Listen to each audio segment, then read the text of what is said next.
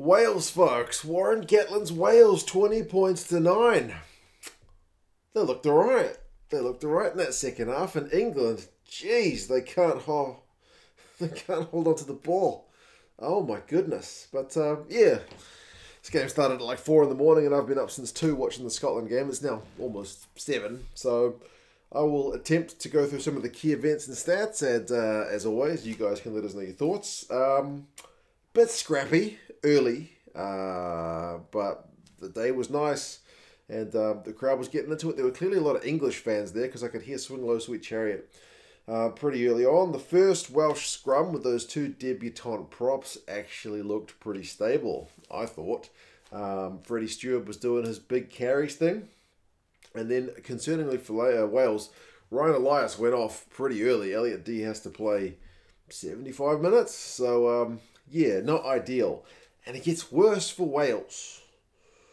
I conceded a scrum penalty, a few of them to be honest, but led directly to 3 points. Smith slotting a 48-metre penalty. 3-0. Heaps of England pressure, but knock on is my note on 11 minutes. And goodness gracious me, you could copy and paste that note several times in the first half. The Welsh defence holds. Eventually, the English guys knock it on, and then that leads to a scrum, but the scrum leads to an English penalty, so it's still 3 points for England, 6-0. The scrum is starting to look a little bit worrying for Wales, although it does get better as the game goes on. The same cannot be said for England's handling, I would say. Wales' first attack on a quarter of an hour in England's half looked promising. The way Costelow was able to pull the strings and looked like a genuine running option was, I don't know, like it didn't look like a genuine try-scoring chance, but the danger was there. You could see it. So it ends up with a Welsh advantage.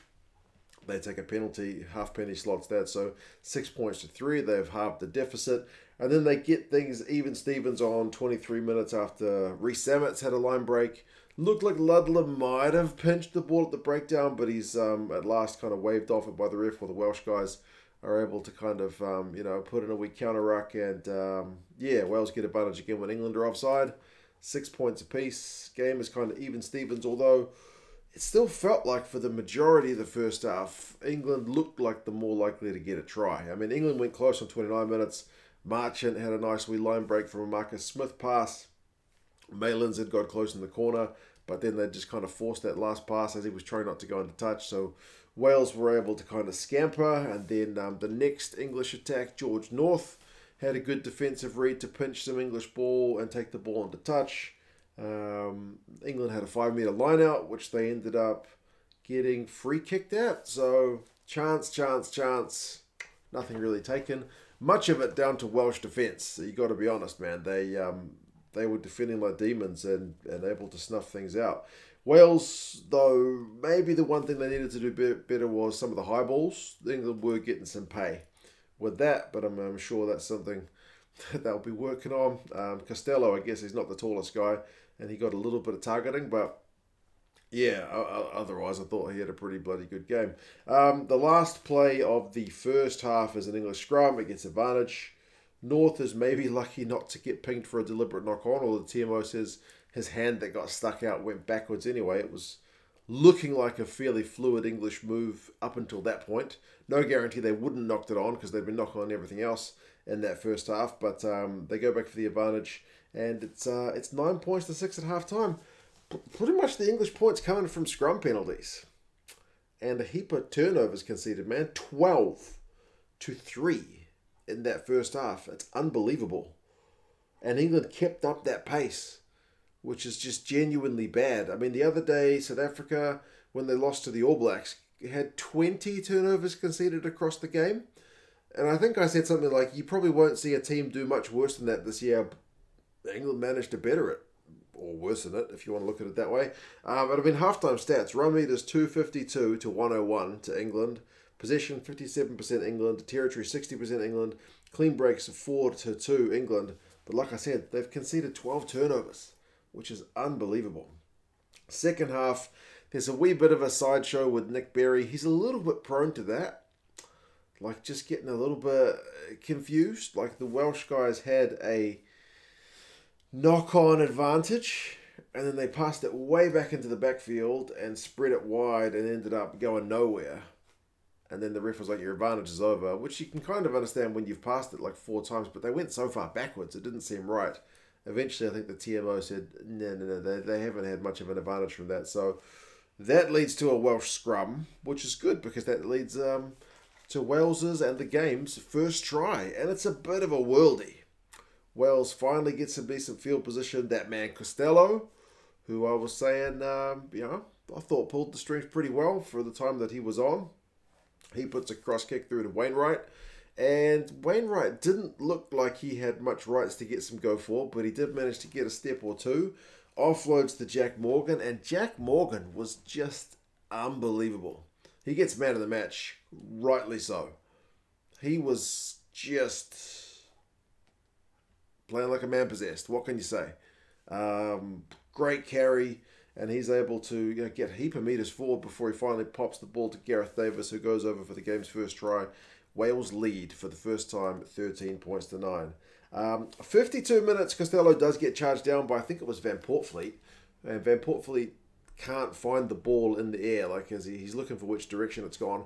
And the microphone, I think this was on 52 minutes. Yeah, have a listen if it's on your commentary feed.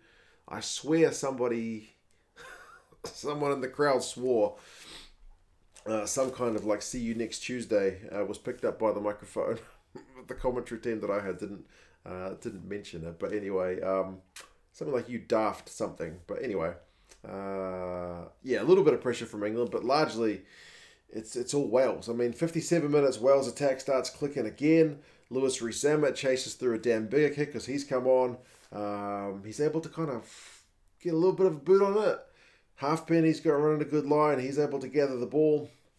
Wales go through a heap of phases, and eventually George North, who's been having a good game as well, mostly on defensive reads, but he's able to get a try for that one. 20 points to 9. That's the final score. It's the final score for the final quarter of the game. We don't get any points, but it's Wales who go close, man. Grady goes close in the corner. Steward's able to tackle him over. Thomas Williams, great offload in the build-up. England did have one chance on like 64 minutes, but Wales were able to steal one of their line-out balls, and Steward knocked on a bit later. And the best try of the game is probably the one that's not given. And I did appreciate the Gareth Davies one quite a lot, but Rees-Zammit's one on 73 minutes would have been a proper worldie. They spin it wide, Rees-Zammit kicks it through, looks like he's put too much on it, but he's got those absolute jet shoes. He's able to be the first man to it and then gets his hand on it, forces it down, but the referee, having a look at the slow-mo footage, after the TMO has said it's all good, says that as he's kind of lowering the ball to ground, it initially leaves his fingers and then kind of gathers back to be forced. It's millimeters in it, but I guess that did look like there was ever so slight separation. So Nick Berry overrules the TMO, and she eventually agrees with him, and it's no try. He looked pretty gutted because that was a hell of a try. England did have one last chance for a try, or attempt anyway, with a 5-metre line out right before full time, but fittingly they lost the ball forward after going through a few phases. So run meters, man, 345 to 366, pretty even, with England just edging that. They edged the possession 52% and the territory 57%, but obviously Wales had a bit more in the second half compared to their first.